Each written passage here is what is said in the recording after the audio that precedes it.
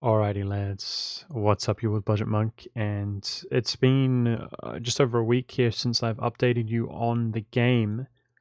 So yeah, I thought I owed it to you guys over on YouTube. This is what Europe looks like here. Pretty crazy, right? Of course, everybody being a member of the Holy Roman Empire, and it's all completely fed towards or divided in between my subjects. You can see Sweden here and Russia, as well as some territory owned by QQ. Surprisingly, his capital's here. I guess it's not considered isolated, but he's almost become a European. Um, yeah, apart from those exceptions, all of Europe is inside of the Holy Roman Empire, and we've done much more feeding outside of Europe. Probably Byzantium, Friesland, Magdeburg, and Circassia being the most noteworthy of those nations that we fed. I did successfully isolate Friesland inside both the Congo and West Africa here. By basically feeding him those territories, he actually colonized some of these, and then we seized them from him. But his coring range is inside of these areas, so we strategically feed him. I'm actually in the process of taking land right now, which will be going to him, but I am trying to feed Magdeburg in particular. So this is the state of our country, guys. It's been slow and hard. Some of these streams are extremely taxing on me, man. It's really crazy. You can see the unrest everywhere. It actually is really, really exhausting, and I've been playing extremely slow. We'll go over a few of the different things like our economy here, but we've set up trading companies, and I'm very paranoid about hitting each of these objectives, and that includes converting the world. So I've been trying to get cathedrals in every single one of these provinces so that we can convert them, and then we have building slot issues. Because as it happens, guys, in these colonial regions, when you can give these bonuses here for an instant bonus to the entire area or state of 50% production efficiency, 50% of production efficiency, and 0.3 goods produced, this means that the production is so good that even if it has a bad resource, like tropical wood is not bad, but neither is it amazing, and it has one production, basically you want the manufacturer and the workshop. They're good investments. It's insane. Maybe as it gets later and later, not so much. But my point is, the worst case scenario is strong. And so I've been having trouble with areas that don't have building slots. I actually took the route of not building cathedrals in most cases, but then if there's a third building slot, we want to build cathedrals to actually convert them up faster. And with that in mind, I've been converting these trading companies that we've been creating aggressively and with quite some success. And with my various chosen boy nations, probably Byzantium being the best example with his religious ideas, we're actually paying 215 ducats, you can see here, in subsidies to our own subjects, trying to incentivize them to actually convert provinces. And because they suck in this patch, basically, and it's having quite good results. Actually, right now, a grand total of Byzantium is converting one province, a grand total of one province right now. But I'm almost certain it's got to do with the wars that we've been fighting, and they've been building their forces up a lot and not doing too well. But we have seen Magdeburg, Friesland, Wales certainly, but not right now. Byzantium, many of these nations, Novgorod, actually manually convert provinces, but you have to keep in mind that I've also been spamming cathedrals in every single non-Catholic province with the intention to also increase the rate at which we can convert them if they are unconverted the moment at which we hit this button here and unite the empire. So overall, Catholicism doing extremely well in my opinion. What do you guys think? Obviously, we're hoping that Magdeburg, Friesland, Byzantium, they convert. Circassia is another one, Georgia, Novgorod, they convert most of these as we go. While we focus on these trading company regions. But let's check out the economy really quickly. Despite our expenses being 1,000 per month and that massive 215 here, you can see we're making 830 a month here. So we can justify basically dropping down a manufactory every single month. It just so happens that I stated up some territories here, and we have some available, but I have been spamming them. It's usually a matter of not having good, valid areas, really, to justify building them. Because these will never be stated up, potentially, as we're capped out on our states, but usually we build them as we go. I just happen to have stated up some territory. The reason I stated up some territory is because we have too many territories, and we're at a point in which our corruption is just going to go up and up and up and up and up. We've done a good job prior to now, until this moment, trading company regions, focusing on those and feeding our subjects non-trading company areas to eliminate the too many territories and try to stay under the threshold. But we have the beautiful Imperialism CB on the horizon here, and boy are we in need of that, as well as this admin tech being 10% admin efficiency. So it has been an incredibly long and trying, tedious journey here, taking advantage of the Deus Vault exclusively, but really looking forward to getting that imperialism, and we're going to be focusing on these Catholics. Our capital is in the New World, so we can actually attack colonial nations without dealing with the Overlord, which is hilarious.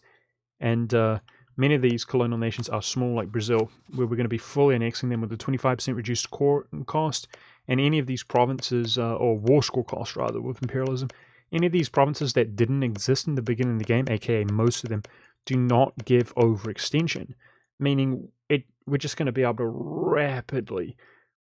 So this will give overextension, but envelop the New World. And the downside to that, the good side is we've been struggling to spend our admin points, like keep up and spend them efficiently. And we're going to have plenty of areas to spend our admin points on with Canada, United States, Mexico, etc. But the downside is our too many territories is going to be capped out at 0.8. There's really not much we can do about that. I'm hoping to just be as decisive as I possibly can. Obviously, route out our corruption maxed all the time. And I remember when we actually began converting the cultures and committing to that in my last session, where we did this on normal difficulty, we actually had some corruption. So we're doing a better job managing it this time, until now, but we're kind of at the point of no return here, so we're going to see how we feel.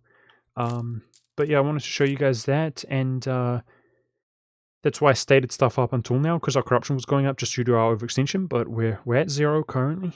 But look at that production, guys. So obviously not long ago, about 50 years in game, it's crazy to think that way, but about 50 years in game, we had maybe 400 development, because I handed my whole country off to the whole Roman Empire to move out to the New World. I'd say less than 400 development easily.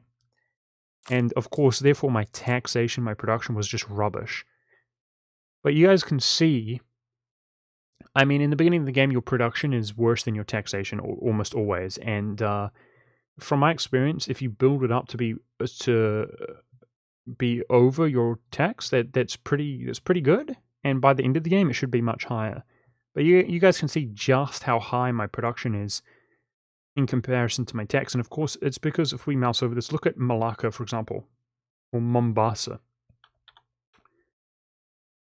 I mean, this one province, or it might be area, huh?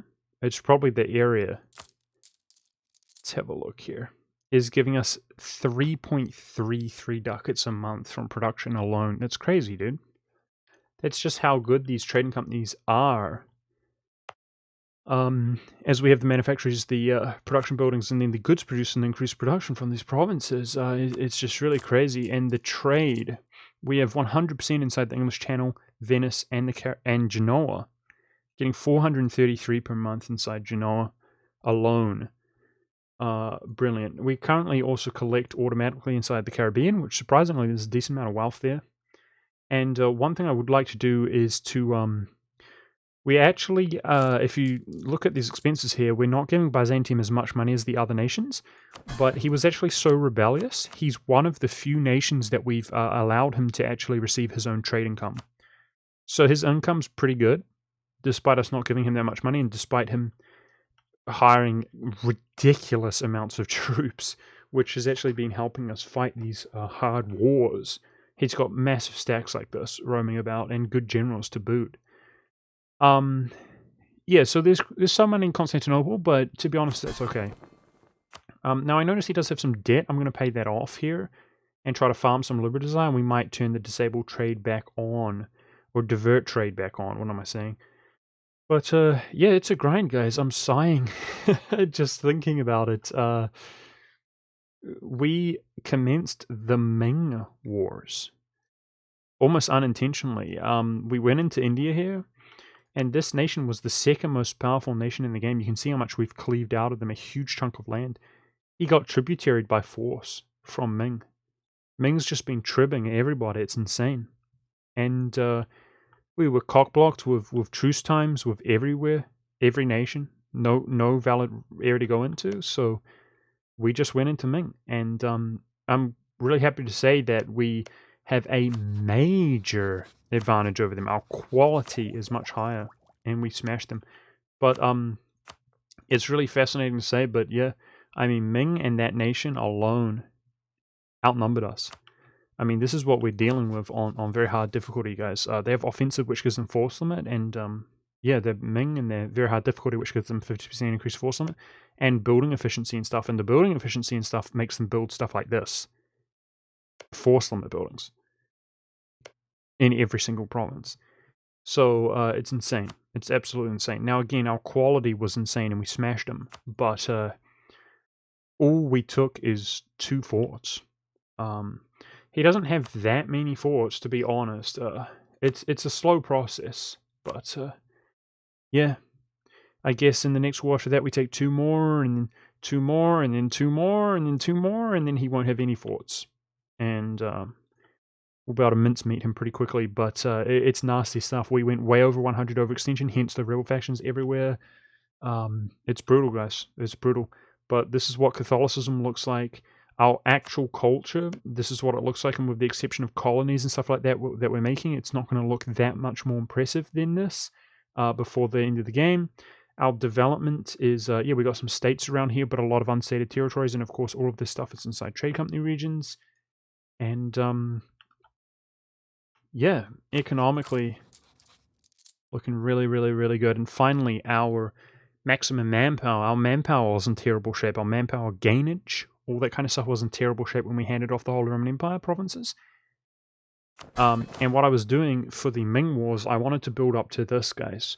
Reduces the moral damage taken by reserves by 50%. This is really, really a good bonus. It's one of the better bonuses to your quality when dealing with professionalism.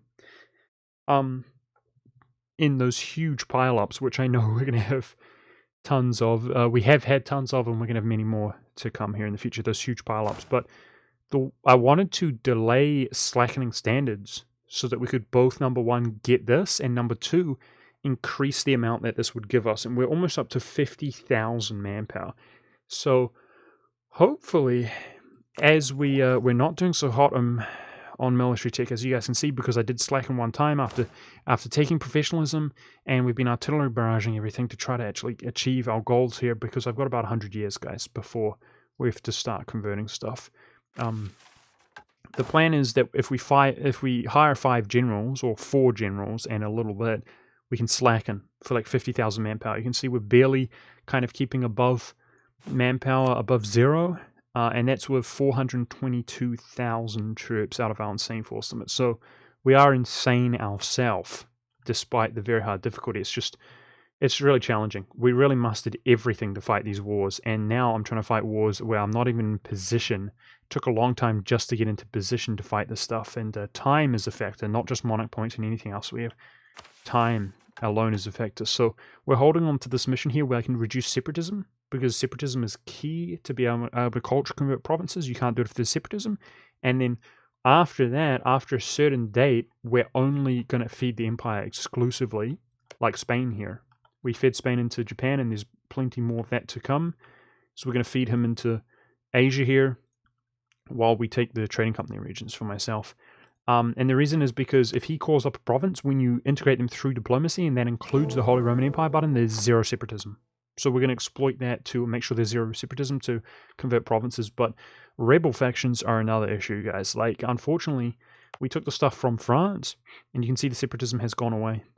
But a rebel faction spawns out here, and we've been spread so thin, like, I was just mustering everything to fight Ming, and boom, 10.5 years or 10.5 separatism, and it's not gonna go away until 1707. See how devastating that is?